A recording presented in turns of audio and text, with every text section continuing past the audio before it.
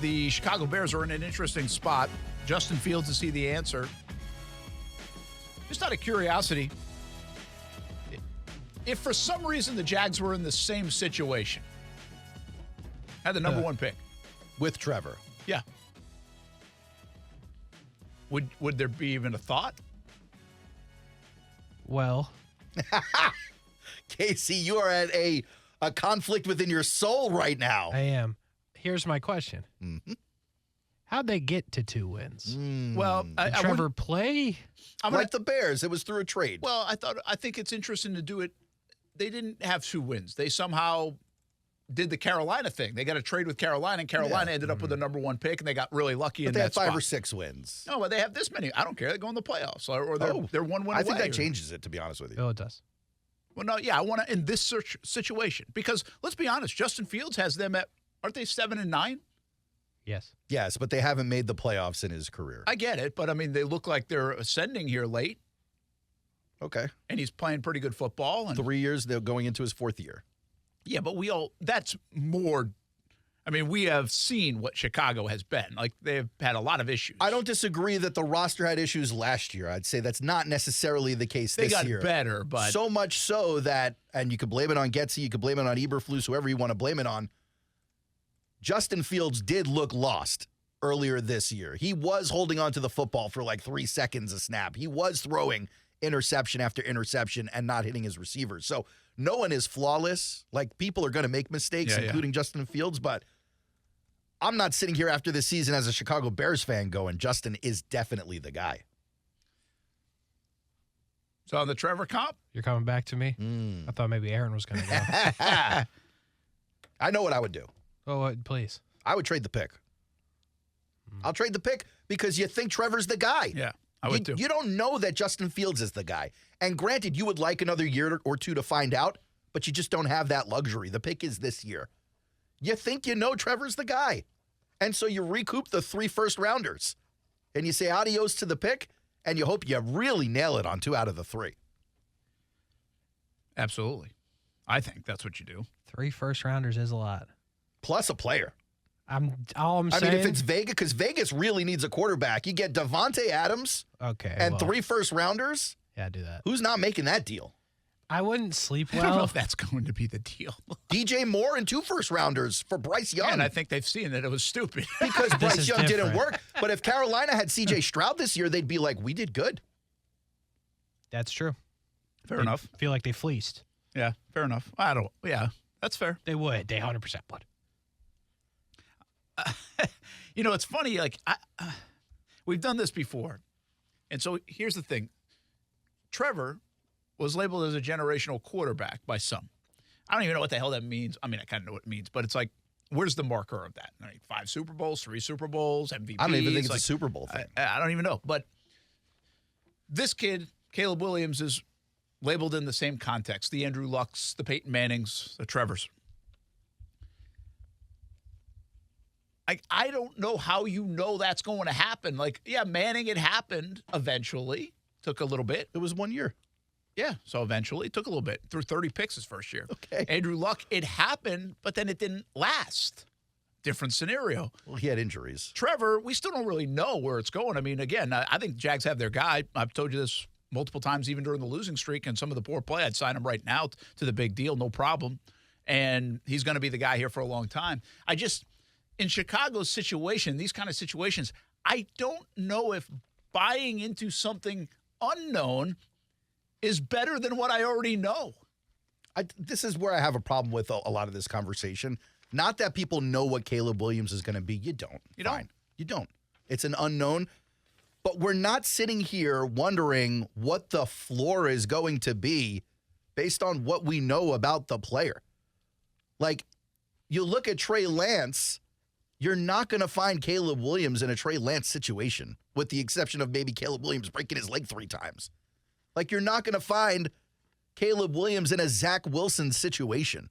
Yeah, but Trevor ended up in a Trevor Urban situation. Justin Fields ended up in a Chicago messy situation. But an Urban situation, we're seeing this all the time. But the Urban situation corrected itself as it does in the NFL. Bryce Young's in the Carolina situation. Yeah, That's a tough one. But that one, he's got no shot in because that's the owner. That's not a coach. That's not a roster. Well, the owner they're of the a crappy problem. roster, man. He's been sacked like 60 times. But the owner has been the problem in that whole deal, whether it be constructing the roster, making the pick, or making the trades. Like, I understand. I get it. But Bryce Young is also not scouted as the next Peyton Manning or the next Andrew Luck or the next Trevor Lawrence. All right, let's just say I'm going to give you Drake May and Caleb Williams, and they might end up in Washington.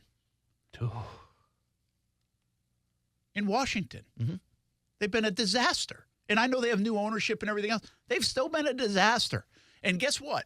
One of them could end up, I think, by tiebreakers and everything else, could end up in New England's situation. Right? And you're saying, oh, great place to end up. Wait a minute. Is it? Is it? Belichick might not be there. And Belichick, the last time he drafted the first-round guy, decided he didn't even need an offensive coordinator. Yep. Yeah, he's learned. I mean, there's just idea. no guarantee. When you have these teams in these spots, and again, we've seen this firsthand in Jacksonville, it's like it does Gabbert to Bortles. It's really hard to put around them what you need to see them succeed. That's why, like your Atlanta situation, if you say Atlanta, trade up and go get that pick, makes a lot of sense. They've got a lot of things in place. They've got a receiver, a tight end, a running back. They've got defensive pieces. They've got a great offensive line. Excellent situation to walk in. Now, I'm not a big Arthur Smith fan, but I'm just saying that's a good situation to walk into day one for a talented player or really any quarterback. If you're Caleb Williams, you're hoping that comes to fruition. Bro, they win like 11 games with Caleb Williams. Yeah, rookie year. Again, I could see that. Like that's more the Russell Wilson kind of situation, or Tom Brady in year 2 situation where you had a defense and other things built around you, right? Patrick Mahomes situation. These are the ones that work. But the bottom line is, even when it looks like it might work, it doesn't work in a lot of places. And if that guy is not given a good situation, I don't give a damn how talented he is. But we're not even talking about a guy like Tom Brady, who, by the way, shocked the world with his success. No one saw it coming. That's not the same conversation. We're talking about a guy who is being scouted as a can't miss. I'm struggling to remember the last can't miss who missed. I'm having a hard time figuring it out because Ryan Leaf wasn't a can't miss quarterback. Sam Darnold wasn't a can't miss quarterback. Baker Mayfield had warts. Like, who's the Jamarcus Russell had warts? Like, who is the can't miss guy that missed? Because Peyton didn't. Andrew Luck, we heard about Andrew Luck from his second year in college. And the dude was the real deal. Yeah, he didn't miss. Yeah, that's fair. I mean, and Trevor looks like he's going to be the guy. So how do you feel about Alex Smith? Wasn't he can't miss? Was he? Yeah, it kind of was. But I feel like it was close. Yeah, that was close. Wasn't that a year where there were two guys at the time? It only took 8 years, but maybe similar to this. He got there. Yeah, you know what? That's a good defense. But I will say this, with all those guys, with the exception of Luck. Luck was different. But, Trevor went through a mess. Peyton did go through a mess, throw 30 picks. I mean, situation doesn't mean he's going to come out on the other side. Like, if Washington's a mess, it doesn't mean that they better fix it quick. I mean, that's a little bit of the Justin Fields stuff. Fields has been scarred along the way by really bad play, multiple coordinators, those kind of things. That's a tough spot. Bryce Young is going to be in that situation. Well, Bryce Young, and I know he's not labeled a can't miss guy, but Bryce Young, will he come out of this? Forget about the owner for now. He's had 2 coaches in year 1. Yeah, that's wild. This dude has no shot. No shot. I mean, not really, under you're this giving him organization. no chance. No chance. And then you're going to go out and get a rookie head coach for him next year? I don't really understand the thinking there. But you don't have a pick to get anybody to help. No assets, no help, no professionals like that. There is no chance to win there.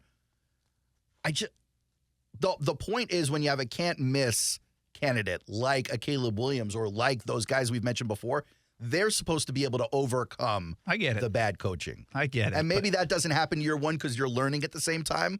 But by year 2, year 3, you're supposed to be seeing that. And that really is the separator, I think. Yeah, and I guess we'll find out. And by the way, you shouldn't have to overcome what you shouldn't have to overcome what Trevor had to overcome. Like, Sure. you shouldn't have to overcome what Bryce Young's trying to overcome. That is not part of the deal. Like, you still should be put in a good situation to succeed. And I don't care if you're the Mr. Irrelevant pick, the third-round pick, or the first overall pick, or you're at your workplace. You should be put in a position to succeed. Like, that's kind of the job of your employer. And in the NFL case, their employer. I mean, they've tried to. I mean, bottom line is, Urban, in many respects, tried to screw this whole thing up with Trevor. It tried, just almost did. And I don't know if he almost did, but obviously he came out on the other side of it. I still think the situation matters, but I hear what you're saying. And so what you're saying is basically, it doesn't matter what it costs. We're not going to miss on this guy. Also, one more point. The odds say it. Right.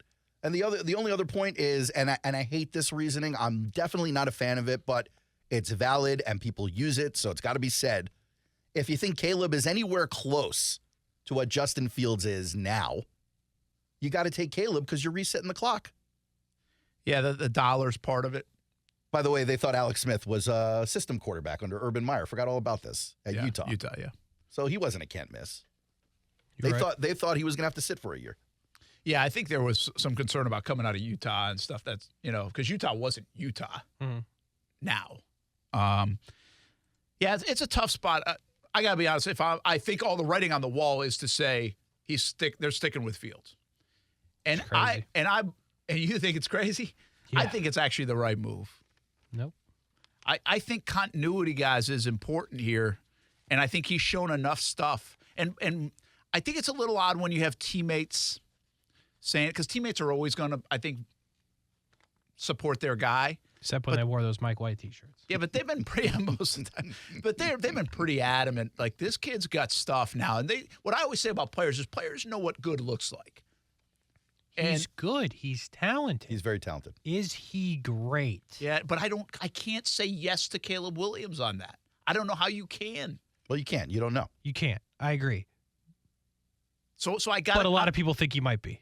I get it, and again, those guys are supposed to trust their eyes and all the cognitive tests and everything else and all this stuff.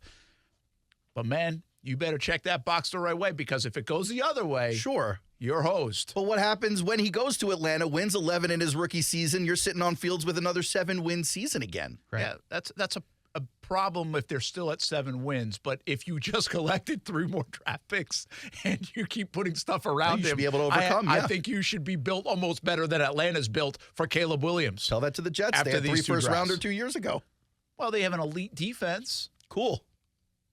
No, got him to miss the playoffs for a 13th straight year. I think Justin Fields probably would have done better than any of the quarterbacks would have done in New York. I don't think there is a human being alive who would have done well at quarterback with the New York Jets this year. Actually, after our sack conversation, I don't know how can we even grade Daniel Jones? I know he looked bad. It looked like a bad investment. Terrible, actually. 83 sacks for I can't get over that number. Yeah. Took me all the way to week 18 to figure that out. I mean, Sam Bradford, someone said in the chat, is the last can't. Now, I don't remember if Sam Bradford was a can't miss, but definitely a number 1 draft pick. Yeah, very highly sought. Yeah. That's Was a good he? one. And he did not hit. no, he was terrible. But I'll go look up the scouting profile again on Sam Bradford. It might be a good one. But in fairness, you are hitting a different category with guys even like Trevor, Luck, Manning, Elway. Elway's those guys another are in one. those conversations. Those and Caleb Williams has been Tua in this, before the hip breaking. No. Tank for Tua was a real absolutely thing. Was. Yes, he was. Tank for Tua. No, yeah, but he wasn't. Well, he broke his hip. I understand. He got hurt. Yeah, he got hurt. Nobody said generational talent about Tua. Before he got hurt, they did. Sure. Tua was But definitely he threw tank 50 for Tua. touchdowns or whatever it he was. was tank for Tua. That's just the number one That was a pick. phenomenon. Yeah, that's just the number 1 pick. That For doesn't mean 2.5 years. there were plenty of questions about Tua coming out. Right, it might be a more hype than actuality, but it All was the number 1 picks get hyped. It was a feeling that this guy was going to be something special, and then the hip thing happened. Tank for Tua. He played like 3 games, and it was tank for Tua. I get it, but most of it built off that second half against Georgia and everything else. A little bit of hype. First game. Maybe second half against Georgia. He'd never been in a Casey. game. He walked in then and won the championship. The second Trevor showed up on the scene, all the Tank for Tua stuff. Casey, there's no way with his arm they were can't miss prospect. Plus, he's a left-handed quarterback. Already put you at this. That was a wild time to be alive, and you know it. No, I get it. I get the tank for Tua stuff, but I think Aaron just classified it. That's more about hype for the top pick than it is, and come save our team because we need a quarterback, than it is in the context of Elway, Manning, Trevor, Luck, and now Williams. And Williams has really been in that category. Well, like even Drake May, who might be better than Williams, has not been put in the category of generational. Well, we've done the Caleb Williams thing for 2 years, but as Burrow was playing out that season, it got into that conversation. Yeah, I think it gets hyped up, but I think there are still plenty of people, even around Burrow, and I might have been one of them, I can't remember, been like, okay, he's doing it 1 year with a whole offense that's going to the NFL. But we had done 2.5 years of tank for Tua, and Burrow, it wasn't even a question. They ran up to the podium. Oh, yeah. Well, that's true. He blew everything anybody else out. Yeah, Burrow was generational in his scouting profile as well, for sure. For sure. You could put him in that category.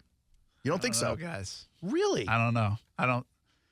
I think this is like really elite company. Like, I mean, there's we just did this with Trevor. I mean, we just did it. And the names that were mentioned with Trevor was Luck, it was Manning, it was Elway. That's it. I get the height. Yeah. Talking about you since you're a freshman in high school, it's only those couple. I'll give you that. Yeah, that's actually probably a very good way to say it. Like, I mean, even this stuff started in high school. Yeah. Right? Back to Sam Bradford for a second. Already had 2 significant shoulder injuries by the time he was drafted. So despite being drafted number 1, came with some red flags. Yeah, Bradford was the first pick, huh? Yeah, to the Rams, yeah. You guys bring up a good point, forgot though. about that. You bring up a good point. Like, the hype train for a number 1 pick anyway, or a top 2 pick, or 3 pick, or 4 pick, like, it's enormous. But there is this, like, delineation between being like, tell you what you said, can't miss. And the can't miss delineation has proven to be pretty good. For the most part, yeah. Pretty good. Like, the floor, right? And that's what we kind of said about Trevor. Okay, what does generational mean? But the floor is, here's the floor on Trevor. He's going to be the best quarterback to ever play in Jacksonville. Yeah. And we knew that after, like, 20 games. This is what I'm saying. Well, this is why maybe 25. That's why I wouldn't base it on like Super Bowls or All Pros, but like what if this thing goes as wrong as it could go, what are you saddled with? Yeah. You're saddled with a playoff quarterback every year who's going to be the best in your franchise But you history. gotta win something. But yeah, I get it. Eventually to do what? To be called generational?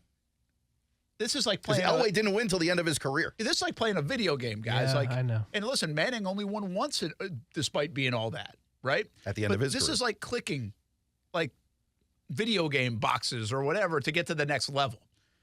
Right now, it is the floor. Like your floor as a generational player is to, like I actually think like Trevor feels like he's almost at the floor 3 years in a way. Flip the franchise, make throws and plays that nobody's ever made, become one of the best quarterbacks already, some 30, 40, 50 games into your career. You guys are bugging me out, by the way. Peyton definitely won twice. He won twice, one in 09 early with Indy and then one late. Yeah. Obviously I forgot about the 09 one. But you know, Trevor kind of is hitting the floor to above the floor stuff. He still hasn't ticked like we still think he's ascending. Oh, for sure. Right? And remember, we had Orlovsky on. He said, by the end of next year, you can probably buy into what Trevor is. Mm-hmm. And really, if you look at last season when they went the playoff run, he helped flip the franchise, which is an enormous thing. Do not take lightly flipping the franchise. Like Justin Fields still has to do that. Trevor is doing that. They winning seasons back-to-back years for the first time in 20 years. And if they win this week, they go to the playoffs for the first time back-to-back in 25 years. Trevor did, like, that's a huge box milestone to check. But before this turnover and injury-prone stuff in December, where everything's kind of gone a little wonky, he was, again, starting to play really good football. Like, I thought he was like, here we go. Doing it just like last year. And then fairness, he got he's always turned it over. He has turned it over quite a bit. Outside of the end of the season last year, he's turned it over, always. Yeah, but he was playing a stretch of football, like I think after the San Fran game, like the way he played against Houston, the way he was throwing it, even Cincinnati before he got hurt. Like there was that 3 game. He was playing really good football, man. They scored 34, 24, No, I get it. I'm not arguing. 31. I'm just saying. And it was starting to cook again. Like I thought everything was kind of getting in sync. And then obviously the injuries came and the turnovers came. I think it might be foolish though to think that the turnovers aren't always going to be a thing. Yeah, that's going to be that's going to be interesting to watch. Is that going to be more Brett Favre-esque? Yeah, like interceptions don't sink great quarterbacks all the time. Really, the fumbles I think are more of a problem than the interceptions right now for him. Yeah. So anyway, that's fascinating. This is what they have to talk about. This is a tough decision. Yeah, just pick them. But I disagree. Have you decided what you would do with Trevor? Have you said it publicly? Yeah, I keep him. You keep him. I get 3 first-rounders and Devontae Adams. Yeah. I heard that was on the table. That's on the table. Yeah. It's Vegas. They'll probably get more than that. It is. I'll take that. It is unbelievable fortune for Chicago to see what they've actually been able to accumulate and acquire in the last couple of years. But you guys also said this. You better get it right. I mean, you got a great opportunity. The Dallas Cowboys just entered Jimmy Johnson into their ring because when they traded Herschel Walker and they got all that stuff, you got it right. Damn, did they get it right. The Houston Astros have become like the team of the last decade because when they did have all those top picks, they got it right. Mostly. So in baseball, they just use a Ouija board. It's not a science or anything.